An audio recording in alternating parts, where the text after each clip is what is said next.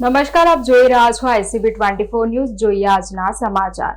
રાણિયા દૂધ મંડળી મુદ્દે ધારાસભ્ય કેતન ઇનામદાર એક્શન મોડમાં આવ્યા છે. કૃષિ મંત્રી જીતુ વાઘાણીને પત્ર લખી હસ્તક્ષેપની માંગ કરવામાં આવી છે. રાણિયા દૂધ મંડળી મુદ્દે ધારાસભ્ય કેતન ઇનામદાર એક્શનમાં આવ્યા છે. કૃષિ મંત્રી જીતુ વાઘાણીને પત્ર લખી હસ્તક્ષેપની માંગ કરી છે. 400 થી વધુ પશુપાલકોના હિતમાં તાત્કાલિક નિર્ણય લેવા રજૂઆત કરવામાં આવી છે. રાણિયા દૂધ મંડળીમાં દૂધ સ્વીકારવાનું બંધ કરાતા ઉગ્ર રજૂઆત કરવામાં આવી છે. આ બધા ખેડૂતો જ્યારે રાણિયામાં ભરતા હતા છેલ્લા કેટલાય વર્ષોથી એમને દૂધનો ભાવ ત્યાં આગળ સારો મળતો હતો. એમને બોનસથી માંડીને બધી જ વસ્તુમાં એમને પોતાને સંતોષકારક ત્યાં આગળ પરિણામ મળતું હતું અને કેટલાય ટાઈમથી ભરતા હતા. મને પણ ખબર છે કે ભાઈ એક સંઘનો બીજા સંઘનું દૂધ ના લેવાનો પરિપત્ર ફેડરેશનનો છે, પણ મારું બરોડા ડેરીને અને માન્ય મંત્રીશ્રીને આજે રજૂઆત પત્ર દ્વારા એક જ છે કે બરોડા ડેરીને આ એમડીને પણ મેં લખ્યું છે, અમૂલ ડેરીના એમડીને પણ લખ્યો છે પત્ર,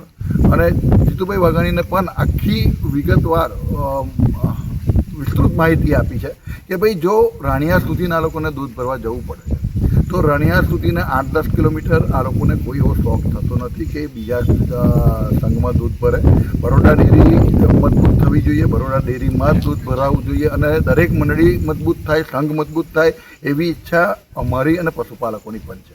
પશુપાલકને એનો ભાવ મળતો હોય તો એને દૂર જવાની કોઈ જરૂર નથી, ગામની મંડળીમાં જ દૂધ ભરે છે, પણ આ ભાવ નથી મળતો એટલે ત્યાં જવું પડે છે. તો પોષણક્ષમ ભાવ મળે અને બરોડા ડેરીના જ આવતા દરેક ઝોનના પશુપાલકોને એમની પોતાની મંડળીમાં સારું બોનસ મળે, પોષણક્ષમ ભાવ મળે, ભાવફેરની મોટી સારી રકમ મળે, આ બધું જ મળે તો હું માનું છું ત્યાં સુધીને બીજે નહીં જાય. તો મારા પત્ર દ્વારા એવી વાત છે કે ભાઈ બરોડા ડેરીને સાથે સંકલન કરીને ગવર્નરની સાથે મિટિંગ કરીને તો વ્યવસ્થિત ભાવ મળે, અને જ્યાં સુધી ભાવ ના મળે ત્યાં સુધીને અન્ય સંઘમાં દૂધ જે અત્યારે ભરાય છે એ ભરવાનું ચાલુ રહે, જેનાથી પશુપાલકોને ખોટ ના જાય, કારણ કે એમને ખૂબ મહેનત કરી અને આ પશુપાલનનો વ્યવસાય કરવો પડતો હોય છે. આ જ રજૂઆત મારી મંત્રીશ્રીને છે અને તમામ સંઘનું દૂધ, અમારા સંઘનું દૂધ તમારે લેવું નહીં.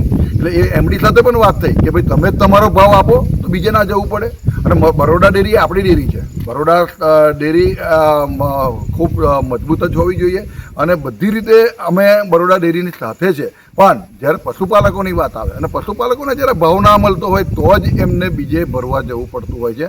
પોતાની જ મંડળીમાં પોતાના સંઘમાં જો સારો ભાવ મળે, સારું બોનસ મળે તો હું નથી માનતો કે બીજે ભરવા જાય. મારી પશુપાલકોની સાથે પણ વાત થઈ, એમને પણ કોઈ જોડે વિરોધ નથી, કોઈ પણ વાત નથી. આ તો સારો ભાવ મળે છે એટલે રાણિયા ભરવા જવું પડે છે, નહીં તો કોઈ પણ પ્રકારની રાજકીય ગતિવિધિ નથી.